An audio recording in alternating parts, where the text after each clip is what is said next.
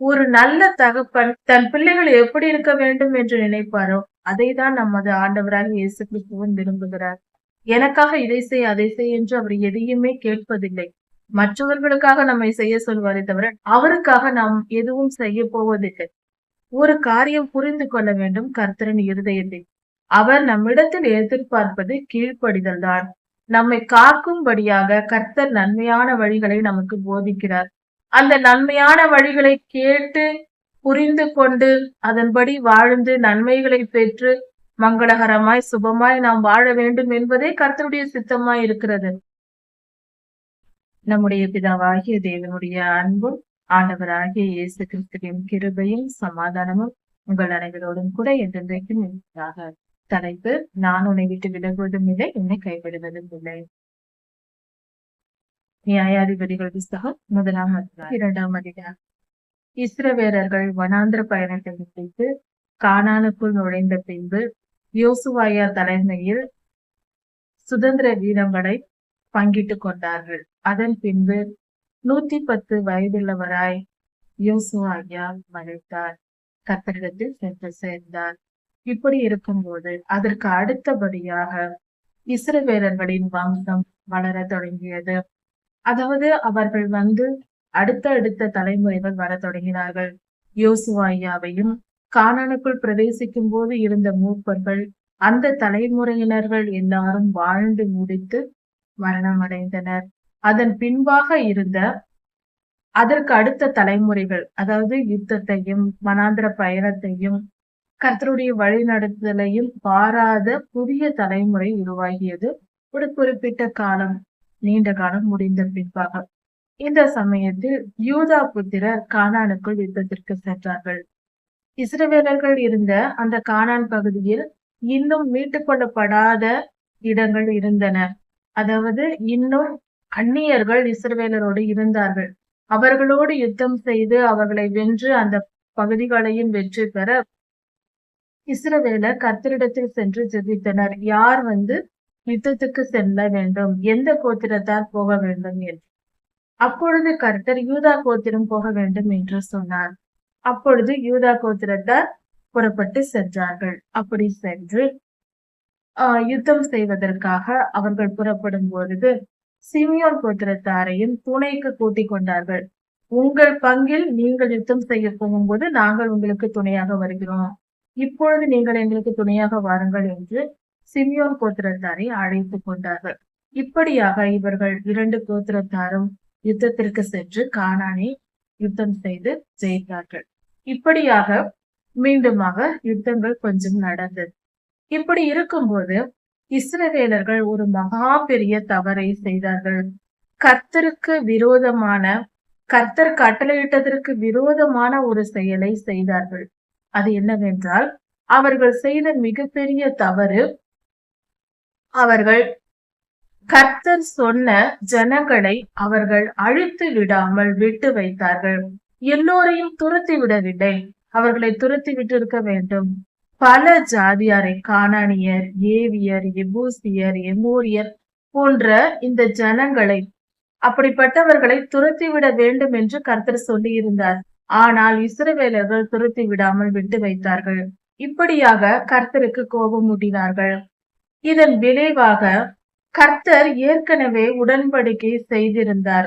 இஸ்ரவேலரோடு சொல்லியிருந்தார், மோசேயாவிடம் சொல்லியிருந்தார், யோசுவாயாவின் காலத்தில் அவரிடம் சொல்லியிருந்தார்.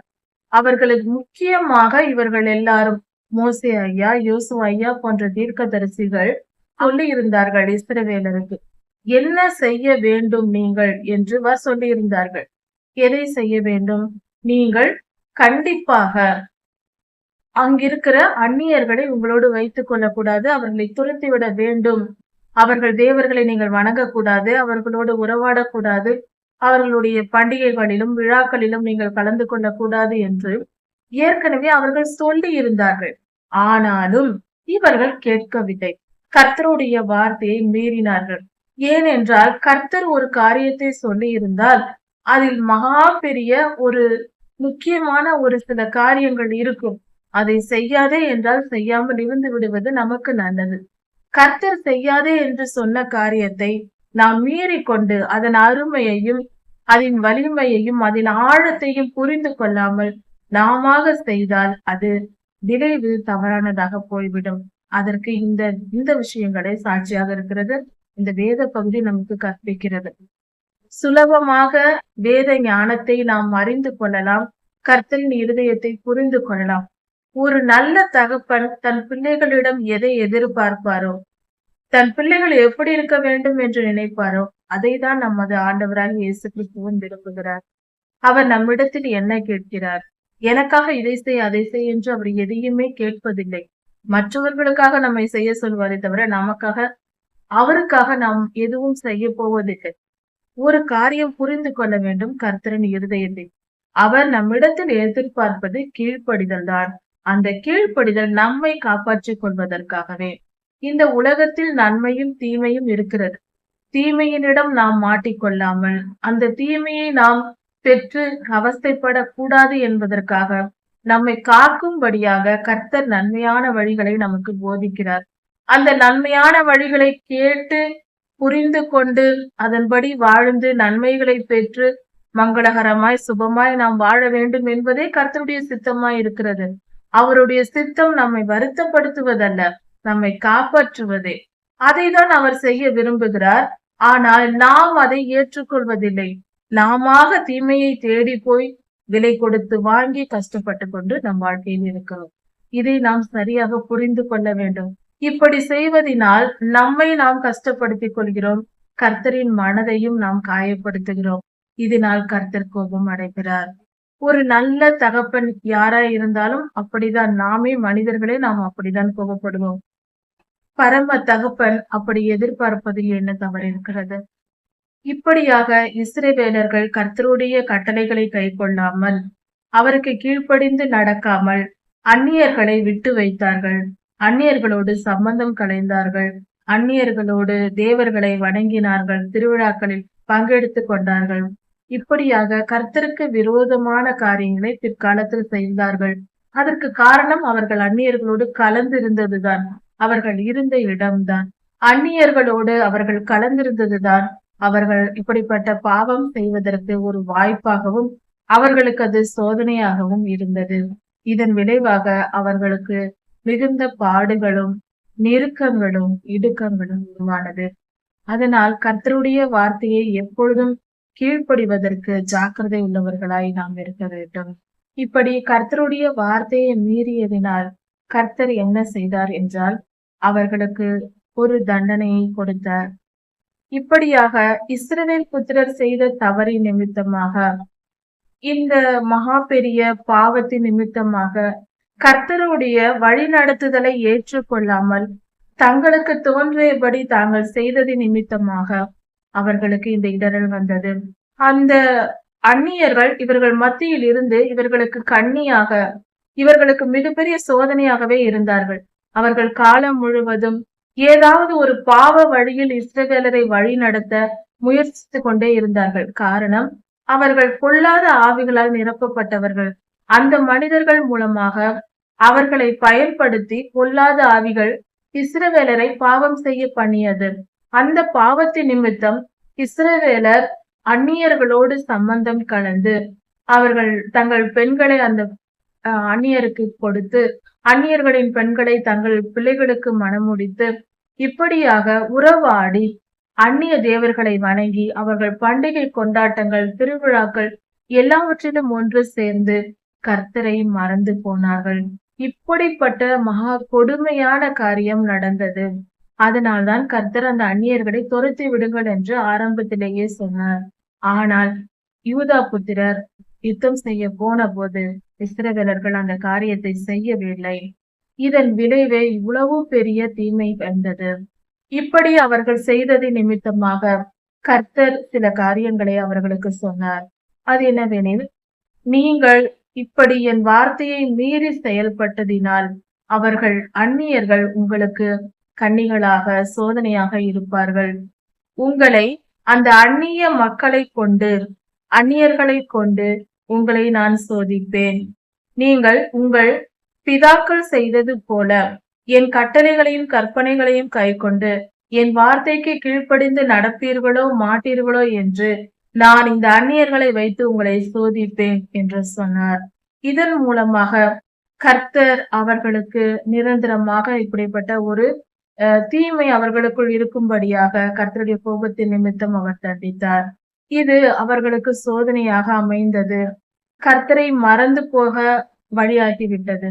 அவர்கள் எவ்வளவுதான் அடுத்தவர்கள் சொல்லிக் கொடுத்தாலும், சாதாரணமாக மனித மனம் என்பது சந்தோஷமாக இருக்கும்போது கர்த்தரை தேட மாட்டோம்.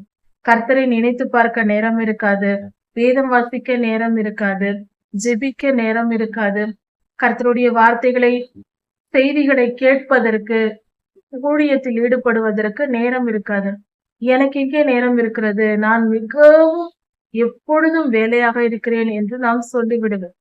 ஆனால் நமக்கு ஒரு துன்பம் வந்துவிட்டால், ஒரு வியாதியோ, ஒரு குடும்ப பிரச்சனையோ வந்துவிட்டால் 24 மணி நேரமும் நம்மால் ஜெபிக்க முடிகிறது. கர்த்தரை தேட முடிகிறது. ஊழியர்களிடம் செல்ல முடிகிறது. அது எப்படி அப்பொழுது மட்டும் நேரம் கிடைக்கிறது? இதுதான் அன்று இஸ்ரவேலரின் மனநிலையும் இன்றைய கிறிஸ்தவர்களின் மனநிலையும் ஒரே போல் இருக்கிறது. மாற்றமே இல்லை துளி கூட.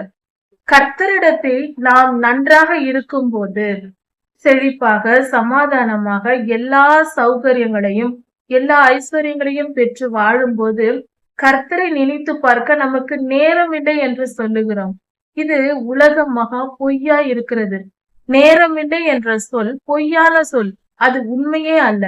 எப்படி நேரம் இல்லை என்று சொல்வது? நேரம் இல்லை என்றால் நேரம் இல்லாமல் போகாது. அது எப்பொழுதும் 24 மணி நேரம் தான் ஒரு நாளைக்கு. நாம் தான் நம் நேரத்தை ஒதுக்கவில்லை. அப்படி என்றால் நான் நேரம் ஒதுக்கவில்லை, எனக்கு வேலை இருந்தது என்று சொல்வதே சரியாக இருக்கும். நாம் நேரம் ஒதுக்கவில்லை என்றால் முதலில் கர்த்தருடைய காரியத்தை செய்துவிட்டு மற்ற காரியங்களுக்கு தான் நேரத்தை ஒதுக்க வேண்டும். கர்த்தரை தேடுவதற்கு நேரத்தை ஒதுக்க கூடாது. முதலில் கர்த்தருடைய காரியங்கள், கர்த்தரை தேடவும், ஜெபிக்க, வேதம் வாசிக்க, இந்த காரியங்களை எல்லாம் முடித்து விட்டு பின்பாக மற்ற காரியங்களுக்காக நாம் யோசிக்க வேண்டும். எந்த நேரத்திற்கு என்ன செய்ய வேண்டும் என்று. உலகத்தை முதலிடத்தில் வைக்காமல் கர்த்தரை முதலிடத்தில் வைத்து மற்ற உலகத்தையும் உலகத்தின் காரியங்களையும் அடுத்ததாக வைக்க வேண்டும். இது நம்முடைய இருதயத்தில் தோன்ற வேண்டிய மிக முக்கியமான காரியமா இருக்கிறது. இதை அடிப்படையான காரியமா இருக்கிறது. இப்படி இந்த சின்ன காரியத்தை கூட செய்யாவிட்டால் நாம் நித்திய ஜீவனைத்து பார்க்க கூட முடியாது. புரிந்து கொள்ள வேண்டும் தயவு செய்து. இந்த காரியம் மிக முக்கியமானது. எப்பொழுதும் நம் நேரத்தை கர்த்தருடைய காரியத்திற்கு செலவழித்து விட்டு மிச்ச நேரத்தை தான் உலகத்தின் காரியங்களை குறித்து யோசிக்க வேண்டும். எவ்வளவு பெரிய பதவியில் இருந்தாலும், எப்படிப்பட்ட வேலை செய்து கொண்டிருந்தாலும், நாம் கர்த்தரை முதலிடத்தில் வைத்து நாம் நன்றாய் இருக்கும்போது கர்த்தரை தேடினால் அந்த நன்மை எப்பொழுதும் நிலைத்திருக்கும். நம்மை விட்டு போகாது. நோய் நொடி வராது, பிரச்சனைகள் வராது, குழப்பங்கள் வராது. சம்பூரணமாய் சகலமும் சமாதானத்துடன் இருக்கும். அதனால் நாம் செய்ய வேண்டிய முதல் காரியம், நாம் நன்றாயிருக்கும் போதும் கர்த்தரை முதலிடத்தில் வைத்து கர்த்தரை தேட வேண்டும். தானியேலையா உயர்ந்த ஸ்தானத்தில் இருந்தார். எல்லா சகலமும் சௌபாக்கியமாய் சந்தோஷமாய் இருந்தது. அப்பொழுது 3 வேளையும் கர்த்தரை நோக்கி ஜெபித்தார். அந்த மனநிலைதான் சாதாரண, சரியான, மிக மிக சரியான மனநிலை. அதை புரிந்து கொள்வோம். நம் வாழ்க்கையின் நன்மை எப்பொழுதும் நிலைத்திருக்கும்படியாக கர்த்தரை தேடுவோம். அப்படி நாம் தேடினால் கர்த்தர் நமக்கு துன்பத்தையும் துயரத்தையும் கொடுக்கவே மாட்டார். அதை புரிந்து கொள்வோம். இப்படியாக இஸ்ரவேலர்கள் பாவம் செய்ததின் நிமித்தமாக, கர்த்தருடைய கோபத்தின் நிமித்தமாக, நிரந்தரமாக என்றென்றும் அவர்கள் வாழ்க்கைக்கு கண்ணியாக அந்நியர்கள் அவர்கள் மத்தியில் இருக்க தொடங்கினார்கள். அது அன்று முதல் இன்று வரை அப்படித்தான் இருக்கிறது. கர்த்தர் சொன்னார், இனி உங்கள் காலம் முடியும் வரைக்கும் அப்படியே அந்நியர்களை நான் உங்களை விட்டு விலக்க மாட்டேன் என்று கோபத்தில் சொல்லிவிட்டார். அது இன்று வரை அப்படியேதான் இருக்கிறது. அதனால் புரிந்து கொண்டு நாம் சரியாய் முயற்சி செய்வோம், சரியானதை செய்வோம். எப்பொழுதும் கர்த்தரை தேடுவோம், நன்மையிலும் கர்த்தரை ஆராதிப்போம். கர்த்தருக்கு முதலிடத்தை எப்பொழுதும் கொடுப்போம். நியாயாதிபதிகள் 3ஆம் அதிகாரம். இஸ்ரவேலர்கள் பாவம் செய்து கர்த்தருடைய வார்த்தையை மீறி, கட்டளைகளை மீறி, அவருடைய விருப்பத்துக்கு மாறாக அந்நியர்களோடு அவர்கள் சேர்ந்து வாழ்ந்தார்கள். அவர்களோடு உறவாடினார்கள். அவர்களோடு பேசுவது, பழகுவது, பெண் கொண்டார்கள், பெண் கொடுத்தார்கள் போன்ற காரியங்களை செய்தார்கள். இது நிமித்தமாக கர்த்தருடைய கோபத்திற்கு ஆளானார்கள். கர்த்தரை மறந்து அந்நிய தேவர்களை சேவிக்க போனார்கள். இதனால் கர்த்தருடைய கோபத்திற்கு ஆளானார்கள். அப்பொழுது கர்த்தர் கோபம் கொண்டு மெசபடோமியாவின் ராஜாவாகிய கூசான் என்ற ஒரு ராஜாவை எழுப்பினார். அவன் இஸ்ரவேலின் மேல் யுத்தம் செய்து இஸ்ரவேலரை அடிமைப்படுத்தி கொண்டான். இஸ்ரவேலர் 8 வருடம் அவனிடத்தில் சேவை செய்து கொண்டு வந்தார்கள். அவனுக்கு அடிமையாக வாழ வேண்டிய சூழ்நிலை ஏற்பட்டது. அவர்கள் அப்படி செய்து கொண்டு இருக்கும்போது, அவனை சேவித்துக் கொண்டிருக்கும் போது, அவர்கள் மனம் வருத்தப்பட்டு வேதனைப்பட்டு கர்த்தரை நோக்கி கூப்பிட்டார்கள். அவர்களுடைய ஜெபத்தை கர்த்தர் கேட்டார். இன்று நம்முடைய ஜெபத்தை கேட்பது போல அவர்கள் தவறு செய்திருந்தாலும் மனம் திரும்பி கர்த்தரை நோக்கி கூப்பிட்டதினால் கர்த்தர் மனமிறங்கி அவர்களுடைய ஜெபத்தை கேட்டு அவர்கள் விண்ணப்பத்தை கேட்டு மனமிறங்கினார். இறங்கி காலேபின் தம்பியின் வம்சத்தில் ஒத்தனியேல் என்ற ஒரு மனிதர் இருந்தார். அந்த மனிதனை நியாயாதிபதியாக எழுப்பினார். இஸ்ரவேலை நியாயம் விசாரிப்பதற்கும் கர்த்தருடைய வழிகளில் இஸ்ரவேலை வழி நடத்துவதற்கும் ஒரு நியாயாதிபதியாக ஒத்தனியேலை எழுப்பினார். இந்த காலத்தில் சொல்ல வேண்டும் என்றால் ஒரு நீதிபதியை போல இருந்து எல்லா நீதி நியாயங்களை விசாரித்து அந்த இஸ்ரவேல் ஜனங்களை வழிநடத்த ஒரு ராஜாவை போல வழிநடத்த கர்த்தர் நியாயாதிபதிகளை ஏற்படுத்தினார். அந்த ஒத்தனியேல் எழும்பி மெசபடோமியன் ராஜாவோடு யுத்தம் பண்ணி அவனை கொன்று போட்டு இஸ்ரவேலரை விடுவித்தார். இப்படி இஸ்ரவேலர்கள் விடுதலையாகி 40 வருடம் அவர்கள் நிம்மதியாக வாழ்ந்தார்கள். தேசம் அமைதலாய் இருந்தது. இப்படியாக ஒத்தனியேல் என்ற முதலாம் நியாயாதிபதியை கர்த்தர் எழுப்பினார், இஸ்ரவேலர்களுக்கு சமாதானம் தரும்படியாக. அதன் பின்பு அந்த தலைமுறை ஜனங்களுக்கு பின்பாக அடுத்த கொஞ்ச காலம் கழித்து மீண்டுமாக இஸ்ரவேலர்கள் கர்த்தரை விட்டு வழி விலகி அந்நிய தேவர்களை சேவிக்க போனார்கள். அப்படி அவர்கள் அந்நிய தெய்வங்களை சேவிக்க போனதினால் கர்த்தர் கோபம் கொண்டு மோவாபின் ராஜாவாகிய எபிரோன் என்னும் ஒரு ராஜாவை எழுப்பினார்.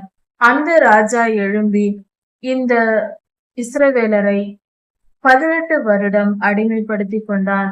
இஸ்ரவேலர்கள் அந்த ராஜாவை 18 வருடம் சேவித்து வந்தார்கள். அவன் கட்டளைகளின்படி இவர்கள் வாழ்ந்து வந்தார்கள். இப்படியாக நடந்து வந்தது. இந்த சூழ்நிலையில் அவர்கள் கர்த்தரை நோக்கி கூப்பிட்டார்கள்.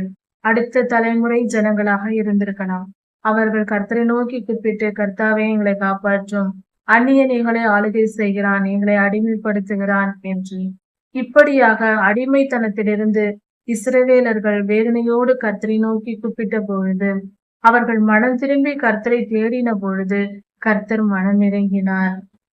இஸ்ரவேலுக்கு மனம் இறங்கி இஸ்ரவேலை காக்கும்படியாக பென்யமீன் கோத்திரத்திலிருந்து ஏகூத் என்னும் ஒரு மனுஷனை தெரிந்து கொண்டார். அந்த மனிதன் இடது கை பழக்கமுடையவனாக இருந்தான். அந்த மனிதனை தெரிந்து கொண்டு கர்த்தருடைய ஆவியானவர் அவர் மேல் இருந்தார். அந்த ஏகூத் என்பவர் கர்த்தருடைய ஊழியக்காரனாக இருந்தார். அவர் மோவாபின் ராஜாவோடு யுத்தம் செய்யும்படியாக அவர் யுத்தம் செய்யாமல் வேறொரு தந்திரமான ஒரு காரியத்தை அவர் செய்தார். அவர் ஏகூத் இடது கை பழக்கமுள்ளவராய் இருந்ததினால் அவர் ஒரு கத்தியை எடுத்து அதை நன்றாக புதியதாக்கி நன்றாக மெருகேற்றி அதை தன்னுடைய வலது கை பக்கத்தில், அதாவது எல்லோரும் இடது கை பக்கத்தில் கத்தியை இடுப்பில் சொருவி வைத்திருப்பார்கள். அந்த காலத்தில் அப்படி அவர்கள் வைத்திருக்கும் போது வலது கையிலிருந்து எடுக்கும் போது சுலபமாக இருக்கும். ஆனால் ஏகூத் இடது கை பழக்கமுள்ளவராக இருந்ததினால் அவர் யாருக்கும் அறியாமல் வலது இடுப்பின் மேல் அவர் ஒரு கத்தியை மறைத்து வைத்து அந்த ராஜாவினிடத்தில், அதாவது அந்த எபிரோன் ராஜாவினிடத்தில் போனார். அங்கு போய் இருக்கும்போது கூட ராஜாவின் வீரர்கள் அங்கு இருந்தார்கள். எல்லோரோடும் இருக்கும்போது ஏகூத் ராஜாவினிடத்தில், நான் உங்களிடம் சொல்ல வேண்டிய ஒரு தேவ சொல் இருக்கிறது, கர்த்தருடைய வார்த்தை இருக்கிறது என்று சொன்னார். இதை கேட்டதும் அந்த ராஜா எழும்பி நின்று, நன்றாக கவனிக்க வேண்டும். கர்த்தரிடத்திலிருந்து வார்த்தை வந்திருக்கிறது என்று சொன்ன உடனே அந்த அந்நியனான அந்த ராஜா எழும்பி நின்று கர்த்தருடைய வார்த்தையை கேட்கும்படியாக சொல்லும் என்று ஏகூத்திடம் கேட்கிறார். அப்பொழுது அந்த எபிரோனுக்கு மறு உத்தரவாக ஏகூத், அது ரகசியம், இங்கிருக்கிற வீரர்களை போகும்படி சொல்லுங்கள் என்று சொல்லுகிறார். அதே போல அந்த ராஜா தன்னுடைய வீரர்களை எல்லாம் அனுப்பிவிட்ட பின்பு அந்த ராஜா தங்கியிருந்த குளிர்ச்சியான அறை வீட்டில் அந்த இடத்தில் ஏகு தன் இடுப்பில் மறைத்து வைத்திருந்த அந்த கத்தியை எடுத்து அந்த எதிரோன் ராஜாவை கொன்று அந்த இடத்தில் அந்த அறையில் அந்த வீட்டையே பூட்டிவிட்டு இவர் ஓடிவிட்டார். அதன் பின்பு நீண்ட நேரம் கழித்து வந்து போர் வீரர்கள் அந்த வீடு பூட்டியிருப்பதை பார்த்து திறந்து பார்க்கும்போது அந்த ராஜா இறந்து கிடந்தார். இப்படியாக இஸ்ரவேலரை அந்த ராஜாவினிடத்திலிருந்து ஏகூத் மீட்டு விட்டு அதன் பின்பு நியாயாதிபதியாக 80 வருஷம் இஸ்ரவேலை நியாயம் விசாரித்தார். 80 வருடம் இஸ்ரவேல் தேசம் அமைதலாய் சமாதானமாய் இருந்தது. இப்படியாக ஏகூத்தும் மரணம் அடைந்தார். இப்படி இந்த சம்பவங்கள் நடந்த பின்பாகவும் இஸ்ரவேலர்கள் அடுத்து வந்த அடுத்த தலைமுறையினர் மீண்டுமாக கர்த்தருக்கு விரோதமாக பாவம் செய்ய தொடங்கினார்கள். இந்த சூழ்நிலையில் கர்த்தர் மிகவும் வேதனைப்பட்டு, இனி உங்கள் நடுவில் இருக்கிற அந்நியர்களை நான் விலக்கவே மாட்டேன், அது வரைக்கும் கொஞ்சம் கொஞ்சமாக அந்நியர்களை விலக்கிவிட வேண்டும் என்ற எண்ணத்தில் தான் கர்த்தர் வைத்திருந்தார். இவர்கள் மனம் திரும்ப அந்நியர்களை முற்றிலும் விலக்கிவிட்டு இவர்கள் சுதந்திரமாய் வாழும்படி செய்ய வேண்டும் என்பதே கர்த்தருடைய நோக்கமாய் இருந்தது. கர்த்தர் நமக்கு நன்மை செய்யதான் விரும்புகிறார். ஆனால் அந்த நன்மையை பெற தகுதியற்றவர்களாய் நாம் இருந்து விடுகிறோம். இதுவே இந்த வேத பகுதியில் நாம் கற்றுக்கொள்ள வேண்டிய பாடமாய் இருக்கிறது. கர்த்தர் இஸ்ரவேலை சமாதானமாக தனித்து வாழ வைக்க வேண்டும் என்பதே அவருடைய நோக்கமாய் இருக்கிறது. அதனால்தான் அந்நியர்களை துரத்தி விடு என்று சொன்னார். ஆனால் இஸ்ரவேலர்கள் அவர்களை துரத்தி விடவில்லை. அதன் பின்பாக ஒரு முறை மட்டுமல்ல, பல வருடங்கள் அவர்களுக்கு வாய்ப்பு கொடுக்கிறார். சுமார் 200 வருடங்கள் வரைக்கும் அவர்களுக்கு வாய்ப்பு கொடுக்கிறார். இந்த முறை இந்த ராஜா இல்லையா, அடுத்த நியாயாதிபதி வந்தாவது துரத்துவான், ஜனங்கள் அடுத்த தலைமுறையினர் திருந்துவார்கள், அதற்கு அடுத்த தலைமுறை திருந்துவார்கள் என்று பல ஆண்டுகளாக கர்த்தர் காத்திருக்கிறார். சில தலைமுறைகள் சென்ற பின்பும் அந்த ஜனங்கள் மீண்டும் மீண்டுமாக கஷ்டம் வந்தால், அதாவது ஏதாவது ஒரு துன்பம் நேரிட்டால் கர்த்தரை தேடுவதும், சமாதான வாழ்க்கை வாழும்போது ஐஸ்வர்யத்தோடு சந்தோஷமாய் இருக்கும்போது கர்த்தரை மறந்து அந்நியர்களை தேடுவதுமே அவர்களுடைய பழக்கமாய் இருந்தது. இப்படிப்பட்ட தீமையை கர்த்தர் வெறுத்தார். அதிநிமித்தமாக கர்த்தர் இந்த காரியத்தை செய்தார். இனி அந்நியர்களை உங்கள் நடுவிலிருந்து நான் நீக்க மாட்டேன், அவர்கள் எப்பொழுதும் உங்களோட இருப்பார்கள், அவர்கள் உங்களுக்கு கண்ணியாகவும் வலையாகவும் இருப்பார்கள், அவர்களோடு நீங்கள் போராடி நீங்கள் சோதிக்கப்பட்டு நீங்கள் என்னை சேவித்து பரிசுத்தமாய் வாழ்ந்து என்னிடத்தில் வாருங்கள் என்று கர்த்தர் விட்டுவிட்டார். இப்படியாக இந்த சம்பவம் நடந்தது. நம் வாழ்க்கையில் வருகிற துன்பங்களும் இன்பங்களுக்கும் நாமே காரணம் என்பது இந்த வேத பகுதியை தியானிக்கும் போது தெரிகிறது. நாம் செய்கிற பாவத்தின் நிமித்தமே நம்மை துன்பங்கள் சூழ்ந்திருக்கிறது. நாம் மனம் திரும்பினால் அதிலிருந்து நமக்கு விடுதலை கிடைக்கும். கர்த்தர் நிச்சயம் நமக்கு விடுதலை தருவார். நாம் நெருக்கப்படுகிறோம், மிகவும் ஒடுக்கப்படுகிறோம் என்று சொல்லும் பொழுது நாம் என்ன தவறு செய்தோம் ஆண்டவரே என்று நாம் ஜெபிப்போம். ஆனால் நம் தவறை நாம் உணர்வதில்லை. நாம் ஏதாவது ஒரு மிகப்பெரிய தவறை நாம் செய்து கொண்டிருப்போம். பெருமை நம்மிடத்தில் இருக்கலாம், சுயநலம் இருக்கலாம், அல்லது பொறாமைப்படுகிற எண்ணம் இருக்கலாம், மற்றவர்களை குற்றம் சுமத்துகிற எண்ணம் இருக்கலாம், அல்லது புறங்கூறுதல் இருக்கலாம். இப்படிப்பட்ட பாவ சுபாவங்கள் நம்மிடத்தில் இருக்குமானால் நமக்குள் இப்படிப்பட்ட கஷ்டங்கள் வருவதற்கு வாய்ப்புண்டு. அதனால் இப்படிப்பட்ட தீமைகளை நம்மை விட்டு அகற்றி நம் இருதயத்தை நாம் சுத்திகரித்து கொண்டால், நாம் பரிசுத்தமாய் மாறினால், கர்த்தருடைய வழிகளில் நாம் நடந்தால் நமக்கு நன்மையே நடக்கும். கலாத்தியர் 5ஆம் அதிகாரத்தில் சொல்லப்பட்டிருக்கிறது போல மாம்சத்தின் கிரியைகளை நம்மை விட்டு அகற்றி போட வேண்டும். ஆவியின் கனிகளால் நாம் நிரம்பி இருக்க வேண்டும். அன்பு, சந்தோஷம், சமாதானம், நீதிய, பொறுமை, தயவு, நற்குணம், விசுவாசம், சாந்தம், இச்சையடக்கம், இந்த 9 கனிகளால் நாம் நிறைந்திருக்கும் போது நாம் கர்த்தருக்கு பிரியமானவர்களாய் இருப்போம், நன்மையையே பெற்றுக்கொள்வோம். தீமை நமக்கு வருவதற்கு காரணமாய் இருப்பது நம்முடைய சுபாவமே. அதை நாம் ஆராய்ந்து நம் இருதயத்தை ஆராய்ந்து தேட வேண்டும். ஏதாவது ஒரு வேதனை தொடர்ந்து வந்து கொண்டிருந்தால், ஏதாவது போராட்டங்கள் தொடர்ந்து வந்து கொண்டே இருந்தால், நாம் ஜெபித்து கர்த்தரிடம் கேட்டு நம்மிடத்தில் என்ன குறை உண்டு, எதினால் இந்த சாபம் நீடிக்கிறது, எதினால் இந்த பாவம் நீடித்து வருகிறது என்பதை தெரிந்து கொண்டு அதிலிருந்து நாம் விலகிவிடலாம். அப்படிப்பட்ட காரியத்திற்கு நாம் கர்த்தருடைய ஆலோசனையை பெறலாம். கர்த்தர் நம்மோடு இருந்து நம்மளை வழி நடத்தி பாதுகாத்துக் கொள்வார். நாம் எப்பொழுதும் கர்த்தருக்கு கீழ்ப்படிய வேண்டும் என்கிற ஒரு நல்ல ஆரோக்கியமான மனநிலையில் இருந்தால் போதுமானது. கர்த்தருக்கு கீழ்ப்படிய வேண்டும், கர்த்தரை விசுவாசிக்க வேண்டும், ஒழுக்கமாக வாழ வேண்டும், கர்த்தருக்கு பிரியமானதை மட்டும் செய்ய வேண்டும் என்கிற இந்த காரியங்களை நாம் மனதில் வைத்து வாழும்போது சமாதானமும் சந்தோஷமும் நிலைத்திருக்கும். நமக்கு தீமை நேரிடாது. கர்த்தர் நம்மோடு இருந்து நம்மை பாதுகாப்பார். அவர் நம்மை விட்டு விலகவும் மாட்டார், நம்மை கைவிடவும் மாட்டார். அவருடைய அன்பு பெரியது. அவர் மிகவும் நல்லவர். நமக்கு நன்மையையே செய்ய விரும்புகிறார். சில நேரம் கர்த்தர் நமக்கு நன்மை செய்யும் போது அது கொஞ்சம் கடினமானதாக இருக்கலாம். ஆனால் அதுவும் நன்மைக்கே. எந்த காரியத்தையும் கர்த்தர் நமக்கு நன்மையாக முடிய பண்ணுவார். கர்த்தரிடத்தில் விசுவாசமாய் இருப்போம். கர்த்தருடைய கட்டளைகளுக்கும் கற்பனைகளுக்கும் கீழ்ப்படிந்து நடப்போம். அது நம்மை உயர்த்தும், சமாதானத்தை பெற்றுத் தரும், வெற்றியுள்ள வாழ்க்கையை தரும். நியாயாதிபதிகள் 3ஆம் அதிகாரம் 4ஆம் அதிகாரம். பெண்கள் தீர்க்கதரிசியாகவும் கர்த்தருடைய காரியத்தை செய்கிறவர்களாகவும் இருந்திருக்கிறார்கள் என்பதற்கு இந்த வேத பகுதியில் ஆதாரம் இருக்கிறது. இன்று அதிகமான மக்கள் பொதுவாக திருச்சபைகளில் பெண்கள் ஊழியம் செய்யக்கூடாது என்றெல்லாம் சொல்வதுண்டு. சிலர் பேசுவதை கேட்டிருக்கலாம்.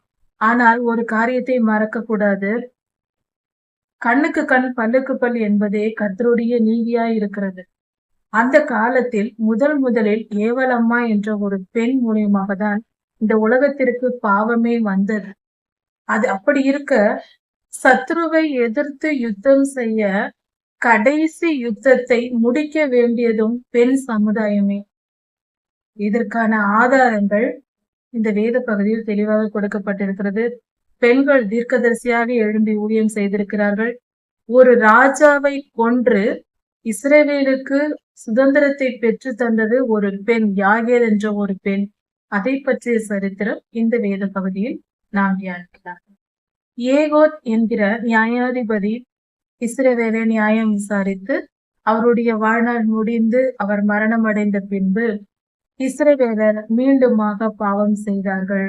கர்த்தருக்கு விரோதமாய் நடந்தார்கள். அந்நிய தேவர்களை சேவித்தார்கள்.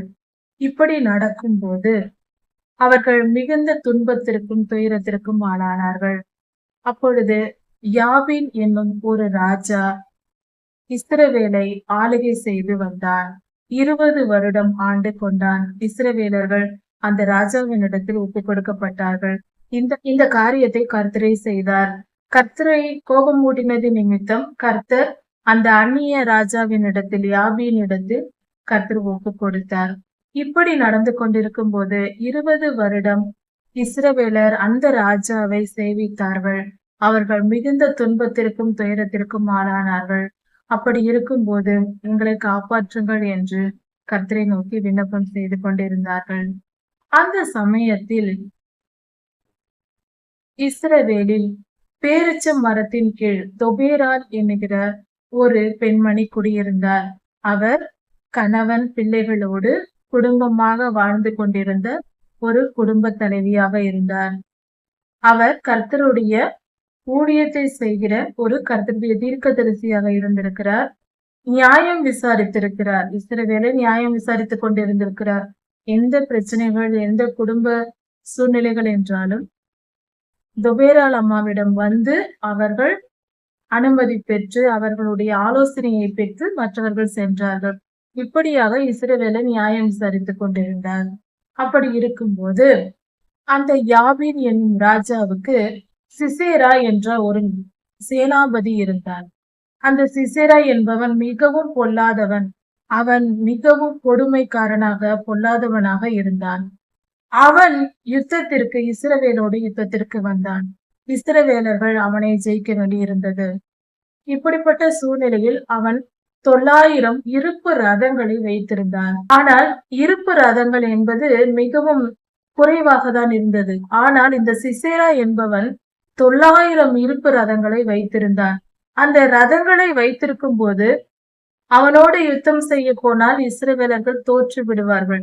இதுதான் சாதாரண ஒரு நிலையாக இருந்தது. இப்படி இருக்க கர்த்தர் சில வழிமுறைகளை சொல்லிக் கொடுத்தார். திபேராள் என்கிற அந்த தீர்க்கதரிசினி அம்மாவிடம் கர்த்தர் பேசினார், அவர்களுக்கு சொல்லிக் கொடுத்தார். அதன்படி தொபேராள் அம்மா பாராக் என்ற இஸ்ரவேலில் இருந்த ஒரு மனிதனை தெரிந்து கொண்டார். கர்த்தருடைய கட்டளையின்படியே அந்த பாராக்கை அழைத்து, பாராக்கே, நீ எழுந்து இஸ்ரவேலுக்காக யுத்தம் செய் என்று சொன்னார்.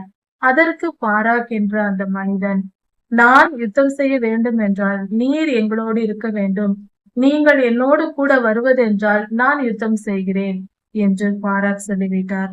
அதாவது தொபேராள் அம்மா கூடவே இருக்க வேண்டும் என்று பாராக் சொல்லிவிட்டார். நீங்கள் இருந்தால்தான் நான் வருவேன், இல்லை என்றால் நான் யுத்தம் செய்ய போக மாட்டேன் என்று பயந்தார்.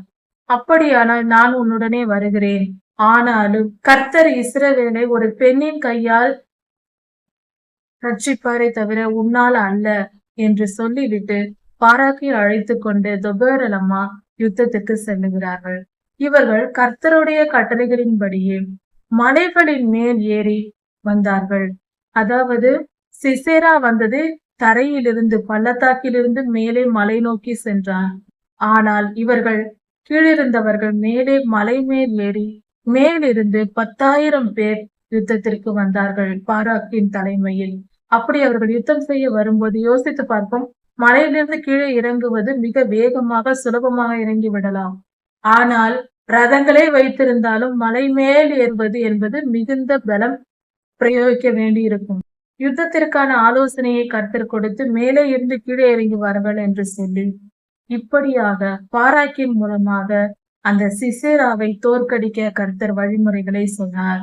அதே போல தொபேராள் அம்மா கர்த்தரிடம் கேட்டு பெற்ற செய்தியை அப்படியே பாராக்கிடம் சொல்லி அதை போலவே யுத்தம் செய்தார்கள். கர்த்தருக்கு கீழ்ப்படிந்தார்கள். சிசேராவுடன் யுத்தம் செய்யும் போது சிசேராவை தவிர அங்கிருந்த 900 ரதத்தில் இருந்தவர்களையும் கொன்று போட்டார்கள். ஒருவனும் மீந்திருக்கவில்லை, எல்லாரையும் கொன்று போட்டு விட்டார்கள். இப்பொழுது சிசேரா மட்டும், அவன் ஒருவன், அந்த சேனாதிபதி மட்டும் தப்பி அவன் ஓடி போனான். அப்படி அவன் போகும்போது, அதாவது அந்த இடத்தில் ஒரு கர்வாலி மரம் இருந்தது. அந்த கர்வாலி மரத்தின் கீழே ஏபேர் என்கிற ஒரு மனிதன் குடியிருந்தார். ஏபேர் என்ற மனிதன் குடியிருந்தார். அந்த மனிதன் யாபின் ராஜாவுக்கு, சிசேராவின் தலைவனான யாபின் ராஜாவுக்கு நெருக்கமான அறிமுகமான ஒரு மனிதனாய் இருந்தான். அதனால் சிசேரா அங்கே ஓடி போய் தப்பித்துக் கொள்ளலாம், நம்முடைய ராஜாவின் தோழனாயிற்று என்று அந்த ஏபேர் என்னும் அந்த மனிதனுடைய வீட்டிற்குள் சென்றான். அந்த வீட்டிற்கு செல்லும் போது வெளியில் ஓடி வந்த ஏபேரின் மனைவியாகிய யாகேல் என்ற பெண் ஒருவர் வந்தார். அவர் வந்து சேனாதிபதியாகிய சிசேராவை பார்த்து, வாரும், பயப்படாதிருங்கள், என்னிடத்தில் வாருங்கள் என்று அழைத்து வந்து வீட்டிற்குள் சேர்த்து கொண்டார். பின்பு ஒரு ஜமக்காலத்தை வைத்து அந்த சிசேராவை மூடி வைத்தார். அப்பொழுது சிசேரா, எனக்கு தாகமா இருக்கிறது, கொஞ்சம் தண்ணீர் கொடுங்கள் என்று கேட்டான். அதற்கு அந்த யாகேல் பாலை கொண்டு வந்து கொடுத்தார். அந்த பாலை எடுத்து குடித்து விட்டு சிசேரா படுத்துறங்கி விட்டார். அப்பொழுது யாகேல் அந்த ஜமக்காலத்தை போட்டு நன்றாக மூடி வைத்து விட்டு வெளியே போய் ஒரு ஆணியை எடுத்து வந்து ஒரு சுத்தியலை எடுத்து சிசேராவின் தலை நெற்றியில் வைத்து ஒரே அடியாக அடித்தார். அந்த ஆணியானது சிசேராவின் நெற்றிக்குள் பாய்ந்து தரையில் பதிந்து அப்படி அவன் படுத்திருந்த நிலையில் அப்படியே இறந்து போய் கிடந்தான். இப்படியாக சிசேராவை யாகேல் கொன்று போட்டார். யாகேல் என்ற அந்த பெண் கொன்றதினால் கர்த்தர் கொடுத்த தொபேராள் அம்மாக்கு சொன்ன அந்த தீர்க்க தரிசனம் நிறைவேறிற்று. தொபேராள் என்கிற ஒரு தீர்க்கதரிசியை வைத்தும் யாகேல் என்ற ஒரு குடும்ப பெண்ணை வைத்தும் அன்று இஸ்ரவேலுக்கே கர்த்தர் ஒரு விடுதலையை வாங்கி கொடுத்தார் என்றால், இன்று இந்த காலத்தில் பெண்களின் ஊழியம் எவ்வளவு அவசியமாய் இருக்கிறது. இதை நினைத்து பார்ப்போம். பெண்கள் ஊழியம் செய்யக்கூடாது, சபையில் பிரசங்கிக்க கூடாது என்று சொல்லி சில இடங்கள் இருக்கின்றன. சிலர் அப்படி செய்கிறார்கள். தயவு செய்து மனம் திரும்புங்கள். இது மகா பெரிய பாவமாய் இருக்கிறது. கர்த்தருக்கு விரோதமான செயலாய் இருக்கிறது.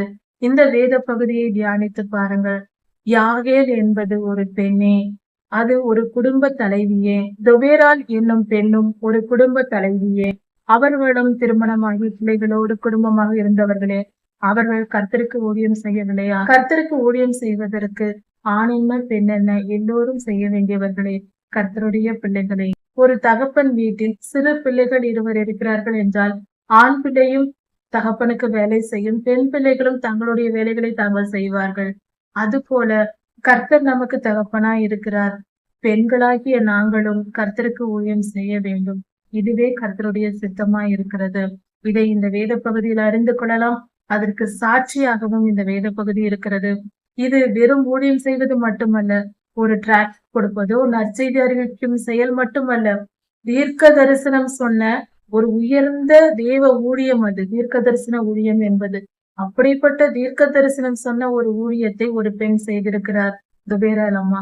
அவர்களை நாம் பாராட்டுவோம், நினைத்து பார்ப்போம். இன்றைய தீர்க்க தரிசனிகள் இந்த உலகத்தில் இருக்கிறார்கள் என்பதை விசுவாசிப்போம். அவர்களை மனமாற ஏற்றுக்கொள்வோம். அதே போல யாகேல் என்ற ஒரு குடும்ப தலைவி ஒரு யுத்தத்தை நடத்தி இஸ்ரவேலுக்கு விடுதலை தந்தார். இது மாம்ச ரீதியாக ஒரு சிசேராவை கொன்றது என்று சொன்னாலும், ஆனால் ஆவிக்குரிய அர்த்தத்தின்படி பார்க்கும்போது பொல்லாத ஆவிகள், சிசேரா என்பவன் பொல்லாத மனிதன். அவன் இஸ்ரவேலை அடிமைப்படுத்தி வைத்திருந்தான் அந்த சேனாபதி. அதனால் அவனை கொன்று அந்த பொல்லாத ஆவிகளிடமிருந்து இஸ்ரவேலை விடுதலையாக்கி கொடுத்திருக்கிறார். ஆவிக்குரிய யுத்தத்தை செய்த பெண்ணாக யாகேல் இருக்கிறார். இப்படி சிசேராவை வென்ற பின்பு எல்லோரும் சேர்ந்து துதித்து பாடுகிறார்கள். தொபேரலம்மா பாட்டு பாடுகிறார்.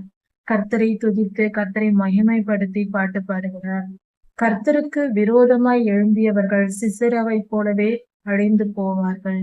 கர்த்தரிடத்தில் அன்பு கூறுகிறவர்களோ மதிய நேரத்தில் வல்லமையாய் உதிக்கும் சூரியனைப் போல, நடுப்பகல் நேரத்தில் வல்லமையாய் மிகுந்த பிரகாசமாய் ஒளிக்கும் சூரியனைப் போல கர்த்தரில் அன்பு கூறுகிறவர்கள் சந்தோஷமாய் செழித்திருப்பார்கள், கர்த்தரால் ஆசீர்வதிக்கப்படுவார்கள் என்று துதித்து பாடுகிறார்கள். இப்படியாக சந்தோஷமாக இந்த காரியம் நடந்து முடிந்தது. இஸ்ரவேலர்கள் இந்த சம்பவத்திற்கு பின்பு 40 வருடம் அமைதலாக சமாதானமாக வாழ்ந்தார்கள். இஸ்ரவேல் தேசம் அமைதியாய் இருந்தது. இன்றும் நாம் அப்படிப்பட்ட யுத்தம் செய்ய வேண்டாமா? பொல்லாத ஆவிகள் பலுகி பெருகி இருக்கிற காலம் இது. அப்படி இருக்க நாம் பொல்லாத மனிதர்களோடும் பொல்லாத ஆவிகளோடும் யுத்தம் செய்து கர்த்தருக்கு பிரியமான இந்த பூமியை சுத்திகரிக்க வேண்டாமா? அதற்கு பெண்களின் பங்கும் அவசியமாய் இருக்கிறது. பெண்களின் பங்கு இல்லாமல் எந்த காரியமும் முழுமை பெறாது. ஆண்கள் செய்ய வேண்டும், ஆனால் பெண்களும் அதில் கர்த்தரால் தெரிந்து கொள்ளப்பட்ட பெண்களும் ஊழியம் செய்ய வேண்டிய காலமாயிருக்கிறது. யோவேல் 2:28 சொல்லப்பட்டிருக்கிறது போல குமாரர்கள், குமாரத்திகள், ஊழியக்காரர்கள், ஊழியக்காரிகள் என்று பெண் பாலினத்தையும் சொல்லப்பட்டிருக்கிறது. பெண்களும் ஊழியம் செய்ய வேண்டிய காலமாய் இது இருக்கிறது. இதற்கு பல ஆதாரங்கள் உண்டு. மரியாள் அம்மா ஒரு பெண்தான். அவர்களும் வந்து அவர்களால் தான் கர்த்தர் பிறந்தார், அவர்கள் வயிற்றில் பிறந்தார். இப்படி இருக்க நாம் புரிந்து கொள்ள வேண்டும். பெண்களும் ஊழியம் செய்ய வேண்டும். உற்சாகப்படுத்துங்கள். பெண்களின் ஊழியத்தை தடை செய்யாதிருங்கள். அதற்கு உற்சாகம் கொடுங்கள், உதவி செய்யுங்கள். கர்த்தருக்கு முன்பாக ஆண் என்றும் பெண் என்றும் இல்லை. கர்த்தர் அப்படி பாகுபாடு பார்ப்பதில்லை. ஒரு கணவன் மனைவி என்று வரும்போது கணவனுக்கு மனைவியானவள் கீழ்ப்படிய வேண்டும். அதில் தவறேதும் இல்லை. அதுதான் சரியான முறை. ஆனால் பெண்களும் தங்கள் வேலைகளை செய்வதற்கும் கர்த்தருடைய ஊழியங்களை செய்வதற்கும், ஆண்களும் நமக்கு மேல் கர்த்தர் ஒருவர் இருக்கிறார், அவரே நமக்கு தலைவர் என்பதை உணர்ந்து பெண்கள் ஊழியம் செய்வதை ஊக்கப்படுத்த வேண்டும். அவர்களுக்கு உதவி செய்து அவர்களையும் ஊழியம் செய்யும்படி செய்ய வேண்டும். இது ஆண்களின் கடமையாகவும் இருக்கிறது. அதை புரிந்து கொண்டு நடப்போம். கர்த்தரின் சித்தத்தை நிறைவேற்ற ஆண்களும் பெண்களும் ஒன்று சேர்ந்து கர்த்தருடைய ஊழியத்தை செய்வோம். ஒருவருக்கொருவர் உதவி செய்வோம். அதனால் நன்மையே நடக்கும். இது கர்த்தருடைய சித்தமாய் இருக்கிறது. பெண்கள் ஊழியம் செய்வது கர்த்தருக்கு விருப்பமான செயலே. அது கர்த்தருக்கு எதிரான செயல் அல்ல. இதை வேதாகமம் எங்கும் பார்க்கலாம். கர்த்தர் அப்படி எந்த இடத்திலும் சொல்லவில்லை. அதை புரிந்து கொண்டு தவறான உபதேசங்களை கேட்காமல் மனம் திரும்புவோம். நியாயாதிபதிகள் 3ஆம் அதிகாரம். நியாயாதிபதிகள் 4ஆம் அதிகாரம். பெண் ஊழியர்கள் அந்த காலத்திலும் வாழ்ந்திருக்கிறார்கள். பெண்கள் தீர்க்கதரிசியாகவும் கர்த்தருடைய காரியத்தை செய்கிறவர்களாகவும் இருந்திருக்கிறார்கள் என்பதற்கு இந்த வேத பகுதியில் ஆதாரம் இருக்கிறது. இன்று அதிகமான மக்கள் பொதுவாக திருச்சபைகளில் பெண்கள் ஊழியத்திற்கு செய்யக்கூடாது, ஊழியத்திற்கு வரக்கூடாது, பெண்கள் ஊழியம் செய்யக்கூடாது என்றெல்லாம் சொல்வதுண்டு. சிலர் பேசுவதை கேட்டிருக்கலாம். ஆனால் ஒரு காரியத்தை மறக்க கூடாது. கண்ணுக்கு கண் பல்லுக்கு பல் என்பதே கர்த்தருடைய நீதியாய் இருக்கிறது. அந்த காலத்தில் முதலில் ஏவலம்மா என்ற ஒரு பெண் மூலியமாக தான் இந்த உலகத்திற்கு பாவமே வந்தது. அது அப்படி இருக்க சத்ருவை எதிர்த்து யுத்தம் செய்ய கடைசி யுத்தத்தை முடிக்க வேண்டியதும் பெண் சமுதாயமே. இதற்கான ஆதாரங்கள் இந்த வேத பகுதியில் தெளிவாக கொடுக்கப்பட்டிருக்கிறது. பெண்கள் தீர்க்கதரிசியாக எழும்பி ஊழியம் செய்திருக்கிறார்கள். ஒரு ராஜாவை கொன்று இஸ்ரவேலுக்கு சுதந்திரத்தை பெற்று தந்தது ஒரு பெண், யாகேல் என்ற ஒரு பெண். அதை பற்றிய சரித்திரம் இந்த வேத பகுதியில் நாம் தியானிக்கலாம்.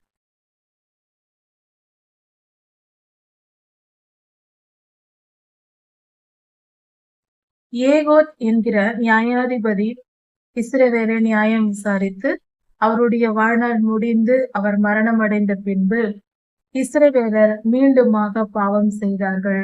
கர்த்தருக்கு விரோதமாய் நடந்தார்கள். அந்நிய தேவர்களை சேவித்தார்கள். இப்படி நடக்கும்போது அவர்கள் மிகுந்த துன்பத்திற்கும் துயரத்திற்கும் ஆளானார்கள். அப்பொழுது யாபீன் என்னும் ஒரு ராஜா இஸ்ரவேலை ஆளுகை செய்து வந்தான். 20 வருடம் ஆண்டு கொண்டான். இஸ்ரவேலர்கள் அந்த ராஜாவினிடத்தில் ஒப்புக் கொடுக்கப்பட்டார்கள். இந்த காரியத்தை கர்த்தரே செய்தார். கர்த்தரை கோபமூட்டினது நிமித்தம் கர்த்தர் அந்த அந்நிய ராஜாவினிடத்தில் யாபீனிடத்தில் கர்த்தர் ஒப்புக் கொடுத்தார். இப்படி நடந்து கொண்டிருக்கும் போது 20 வருடம் இஸ்ரவேலர் அந்த ராஜாவை சேவித்தார்கள். அவர்கள் மிகுந்த துன்பத்திற்கும் துயரத்திற்கும் ஆளானார்கள். அப்படி இருக்கும்போது அவர்கள் கர்த்தரை நோக்கி விண்ணப்பம் செய்தார்கள். எங்களை காப்பாற்றுங்கள் என்று கர்த்தரை நோக்கி விண்ணப்பம் செய்து கொண்டிருந்தார்கள். அந்த சமயத்தில் இஸ்ரவேலில் பேரிச்ச மரத்தின் கீழ் தொபேரால் என்கிற ஒரு பெண்மணி குடியிருந்தார். அவர் கணவன் பிள்ளைகளோடு குடும்பமாக வாழ்ந்து கொண்டிருந்த ஒரு குடும்ப தலைவியாக இருந்தார். அவர் கர்த்தருடைய ஊழியத்தை செய்கிற ஒரு கர்த்தருடைய தீர்க்கதரிசியாக இருந்திருக்கிறார். அந்த பெண் நியாயம் விசாரித்திருக்கிறார். இஸ்ரவேலை நியாயம் விசாரித்துக் கொண்டிருந்திருக்கிறார். எந்த பிரச்சனைகள், எந்த குடும்ப சூழ்நிலைகள் என்றாலும் தொபேரால் அம்மாவிடம் வந்து அவர்கள் அனுமதி பெற்று அவர்களுடைய ஆலோசனையை பெற்று மற்றவர்கள் சென்றார்கள். இப்படியாக இஸ்ரவேலை நியாயம் விசாரித்துக் கொண்டிருந்தார். அப்படி இருக்கும்போது அந்த யாபீன் என்னும் ராஜாவுக்கு சிசேரா என்ற ஒரு சேனாபதி இருந்தான். அந்த சிசேரா என்பவன் மிகவும் பொல்லாதவன். அவன் மிகவும் கொடுமைக்காரனாக பொல்லாதவனாக இருந்தான். அவன் யுத்தத்திற்கு இஸ்ரவேலோடு யுத்தத்திற்கு வந்தான். இஸ்ரவேலர்கள் அவனை ஜெயிக்க வேண்டியிருந்தது. இப்படிப்பட்ட சூழ்நிலையில் அவன் 900 இருப்பு ரதங்களை வைத்திருந்தான். இரும்பால் ஆன ரதங்கள்.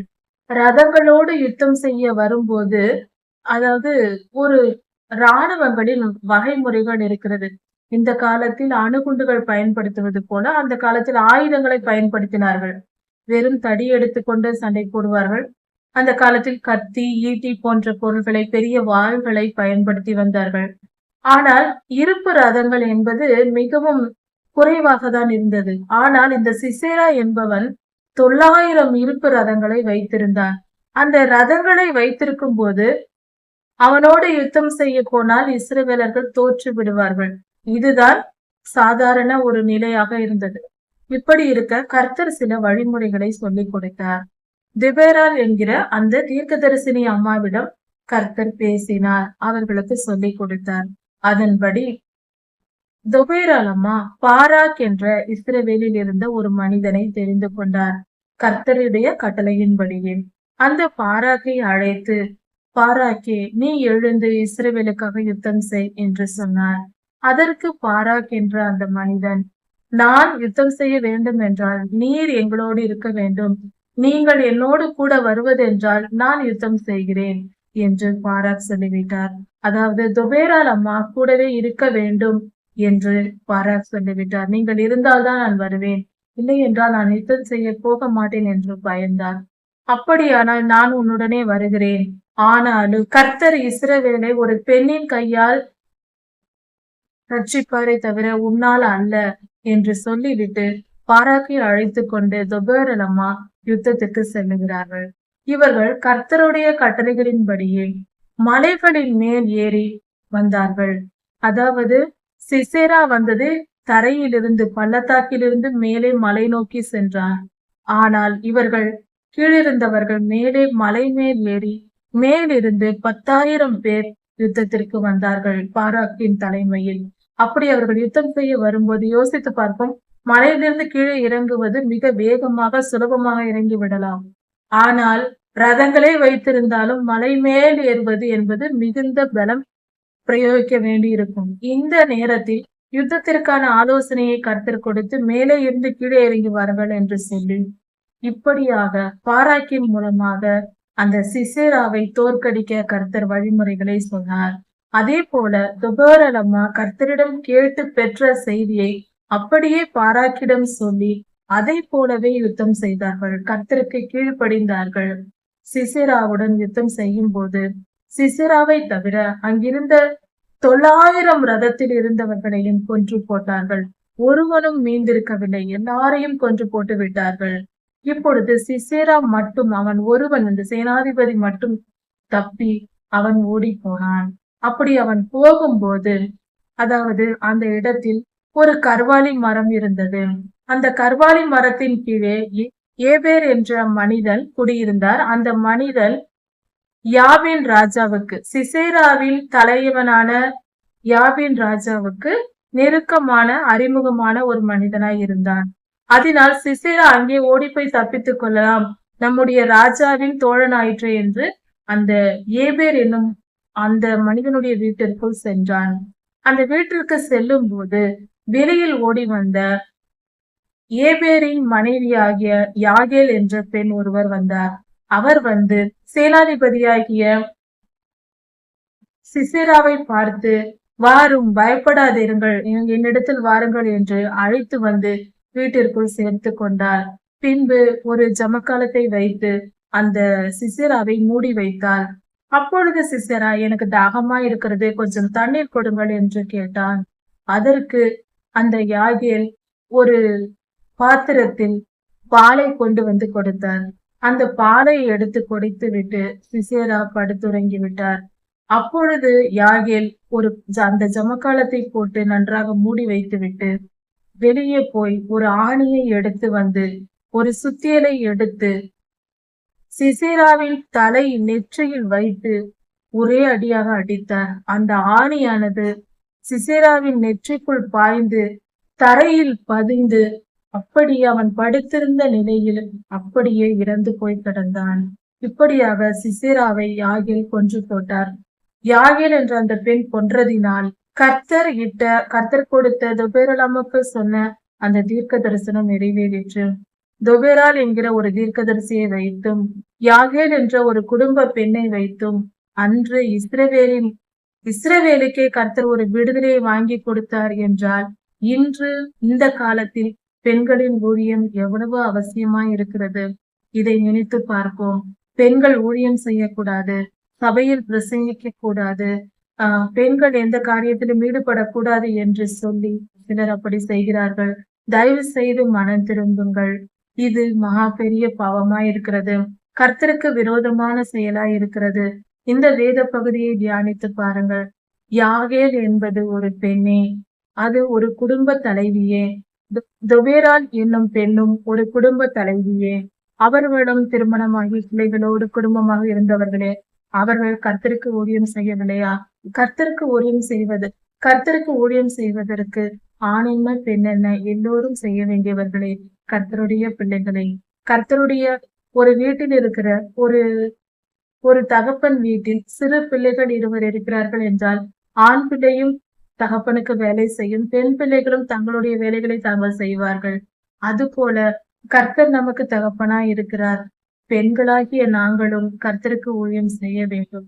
இதுவே கர்த்தருடைய சித்தமாய் இருக்கிறது. இதை இந்த வேத பகுதியில் அறிந்து கொள்ளலாம். அதற்கு சாட்சியாகவும் இந்த வேத பகுதி இருக்கிறது. இது வெறும் ஊழியம் செய்வது மட்டுமல்ல, ஒரு டிராக்ட் கொடுப்பதோ நற்செய்தி அறிவிக்கும் செயல் மட்டுமல்ல, தீர்க்க தரிசனம் சொன்ன ஒரு உயர்ந்த தேவ ஊழியம். அது தீர்க்க தரிசன ஊழியம் என்பது. அப்படிப்பட்ட தீர்க்க தரிசனம் சொன்ன ஒரு ஊழியத்தை ஒரு பெண் செய்திருக்கிறார், துபேரால் அம்மா. அவர்களை நாம் பாராட்டுவோம், நினைத்து பார்ப்போம். இன்றைய தீர்க்க தரிசனிகள் இந்த உலகத்தில் இருக்கிறார்கள் என்பதை விசுவாசிப்போம். அவர்களை மனமாற ஏற்றுக்கொள்வோம்.